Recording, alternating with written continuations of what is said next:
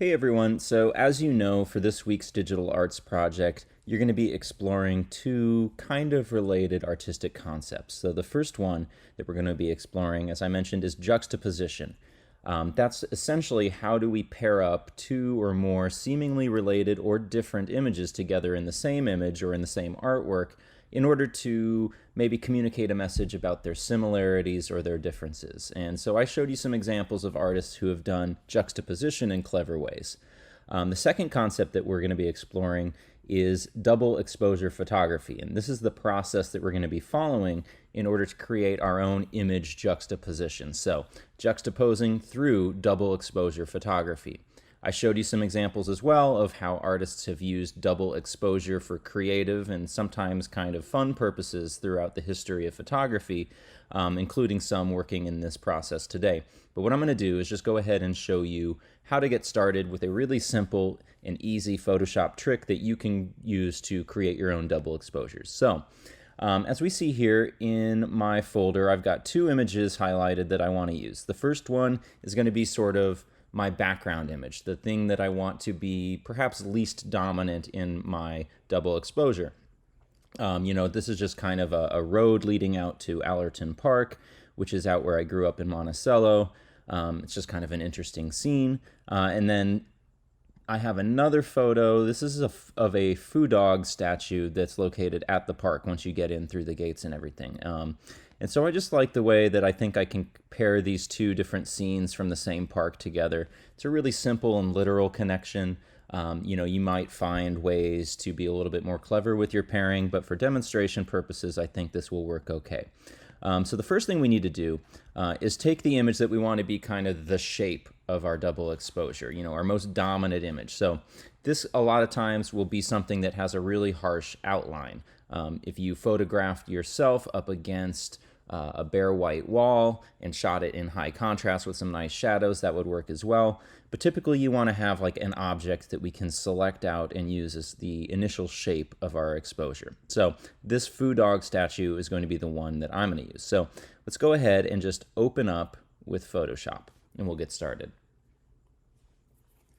Okay, once in Photoshop, we're just going to use some tools that we already know. I'm going to unlock my layer so that I can manipulate it. And I'm going to get my quick selection brush here. And I'm just going to start painting in the foo dog statue, just like we've done with some other projects in previous weeks.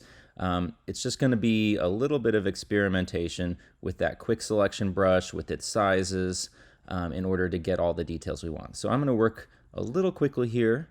And looks like I've got a pretty good one, but as we know, there's some things I want to delete. So if I click Option, my brush's cursor will turn to a minus sign, and that'll allow me to paint things out of my selection. So again, I might just need to go back and forth.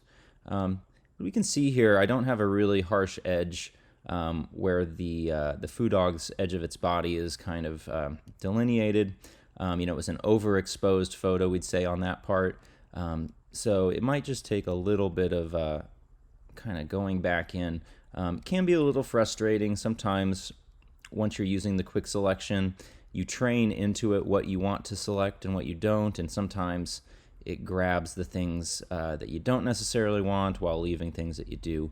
But a little practice with it will help. And I think I'm actually going to, for a little artistic purpose, not create just like an edge around the object, but I might want some of this like mossy texture that's on this stone pedestal that the foo dog is sitting on here. So I'm going to go ahead and grab this as well, just a little bit of that.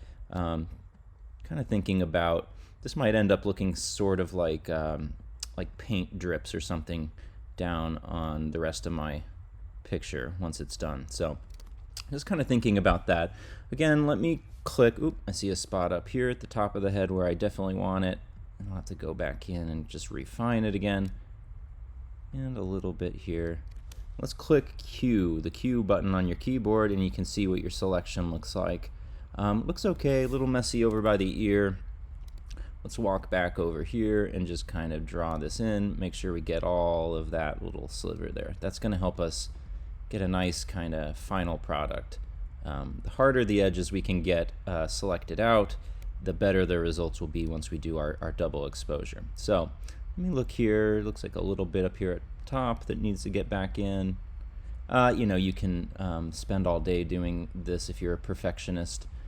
Because we're going to be manipulating it a little bit after the fact, all of these edges might not be necessary, but you do want to do a decent job before you get into it. Okay, let's see how this looks now. If I zoom out, yeah, it looks pretty good. So here's what we want to do. There's going to be a couple quick steps that are really important, but maybe a little bit more complicated. So we've worked some with layer masks, and what we want to do, we're going to create another layer mask out of our object selection, in my case the foo dog. So again, with that selected, we can see what it is with the Q button, and we just want to go over to our layers panel and click this layer mask creation button. And there we go, our foo dog is clipped out.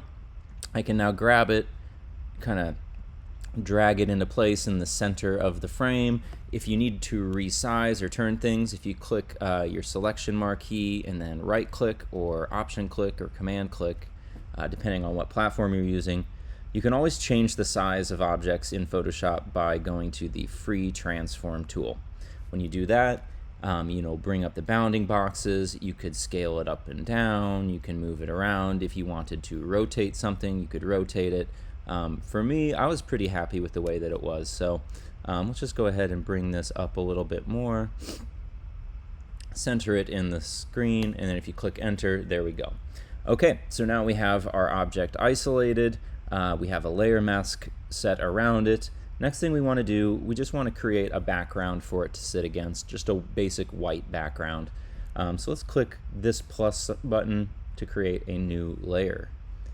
Now what I can do, I'm just going to reverse my color, my dominant color, foreground color to white, click the paint bucket, and just click inside anywhere in the frame, and now we've got just a pure white layer, and we can drag that in the layers panel behind our original image, the foo dog, to create just a background that it will sit in. Okay, from here on out, it's really pretty easy. What we have to do, let's go back to my folder that I've got on my desktop that has, it has all of my images.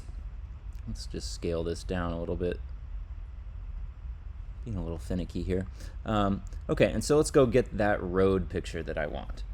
Perfect. So all I have to do now, just drag this over into Photoshop. You'll see the plus sign. And for me, it places it perfectly in place, but we want to make sure in the layers panel, we're going above the image of our foo dog, the object that you want to be the dominant image. So we're going above here, and from here on out, it's just really about experimenting with some different settings. Now when we work in layers in Photoshop, we also can deal with things called blend settings. And up here by the opacity layer, that's the first thing we might do in order to create like a double exposure, is just to play with opacity. If I dragged it down, you can see you're starting to see both of the images together. But what we can do for a little bit more control is play with what they call their blend settings. And that's right here. Right now we see it set to normal, but if I click this drop down menu and scroll through, we can see it does different effects. It will combine your image in different ways. For this project, what you should probably use, this is my recommendation, is either the lighten or the screen object. So I'm going to pick screen as our blend settings. And there we go. We can start to see it's using the blacks and whites and the different layers and values of color in your original photo to screen out lighter ones and let darker values through. So that's going to do the work of combining our images together. Now all I have to do is maybe click our transform tool up here at the top and drag this around to a position where it looks kind of fun and natural, where there's a decent pairing, right? I'm looking for the ways that these two images, that their form and their composition relates to each other. So for me, I kind of liked playing around with this somewhere around here because it gives me a little bit of kind of the curve of the back. I can also maybe play with the size of it again too by going to free transform and dragging it out so that it's larger if I need to fit. These are all things that you can play around with in this process in order to kind of create an interesting scene. So that looks pretty interesting to me right around here. I I think that looks even better. So I like the way that the road kind of leads up to the back. I'm thinking about composition, about creating implied lines and all these things that draw our eye to certain things. So that looks like a decent placement to me. So now here's our next step. There are things that I can definitely clean up in this image to make the effect look a little bit more interesting. And that's why I created a layer mask. So if I go down to our second layer, the foo dog layer, and I click on the black box, black and white layer mask box, I can now use my paintbrush to paint in and out layers to be masked. So let's go ahead and click my paintbrush, and remember, if I am clicking around, I've got some fancy art brushes here that I'm going to show you later, but just with a basic hard round brush, let's call it this. Actually, I'm going to set it to a soft round brush because I might want a little bit of a fuzzy edge as I'm doing this. But if I paint into our layer mask black, remember that's going to block out anything from getting through. If I paint through white, that's going to let everything through. So let's start with black, and let's just see what happens. Up here, maybe I want to get rid of some of this silhouette that is just still left of the sky in the foo dog's face. So what I can do is just start painting in. You can see I've got a soft brush, and it's starting to then block out things that would be let through. If I was to switch my brush to white, let's take it down a notch, we should be able to see me painting in more and more of these leaves. So this is just something you can do to play around with how your images kind of correlate together. For me, I'm just going to kind of hint at some of these branches that are sticking out of the face by painting in black. So I'm just really just subtracting things from our mask that I don't want. I might do the same thing along the side here of the foo dog. Again, I can take my brush and take its opacity down, bring its size up, and create even kind of softer transitions between foreground and background in this dominant image of the foo dog and then the background image of the road. So that's looking okay. I might kind of even clean up some of my ragged paint drip looky things down here. For this, let me go ahead and bring my opacity up because I want more of a hard edge control. And there we go. It's looking okay to me for now, right? Decent pairing. We can see both of the images at the same time. I've got some control up here that I dealt with. Let's see if I can't actually paint back in maybe some of that branch with the white. And anywhere where there's a little bit of a contrast here, let me see if I can get rid of that eye even a little bit. That could be interesting. That didn't do exactly what I wanted. But anyway, you know that these are really simple controls. I don't want you to get too in depth about having to blend these, but this is the simple way to do it. Other things I might do after the fact, right, just to make my image seem a little bit more vivid or vibrant, is go back and do layer adjustments. So maybe first thing I want to do is play with the brightness and contrast of this image. I can do that by bringing the contrast up, maybe play with the brightness. That's too bright and washed out, but that makes a nice kind of light, airy thing. Other things we can do is play with the order of our adjustments. So if I drag it just above this, we can see that it only affects the layer below it. So I can also group layer adjustments. This is a useful trick to know if you ever want to just kind of lock a layer adjustment that you're doing to a specific layer.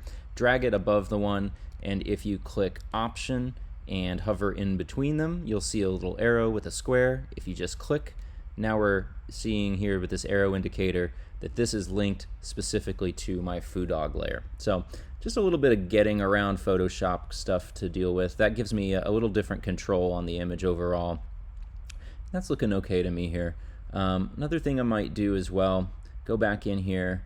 I'm still seeing a little bit of like the fuzziness along this edge, so a little bit of the gray, trying to get rid of that. And so then overall, maybe I will, let's play with like a hue and saturation. We can saturate the colors a little bit more. Maybe play with the lightness. No, I like it white. So anyway, yeah, so there we go. There's an image, double exposed. Interesting pairing, two related images but different, creating an interesting new composition. Once you're done, just as always, we want to go up to File. We want to go to Save As. There we have our dialog box. I'm just going to save mine to the desktop. We can add a tag if you'd like. I usually use that just to, point out to myself images that I wanted to save. We'll name this Foo Dog. And then we want to change our format from Photoshop to JPEG. Save as. Save it as the best quality we can. And now on my desktop I should have my final image easily shareable in a JPEG style, double exposed. So there you go. There's a really quick solution for you. I would challenge you to think about the concepts of the images that you're choosing and experiment around with this. Obviously don't just jump into it and slap on the first pairing that you do. Use those transform tools and the mask to be able to kind of reveal interesting relationships between these two, and I'll look forward to seeing what you come up with. As always, if you have questions, please reach out to me by email, and we'll see you soon.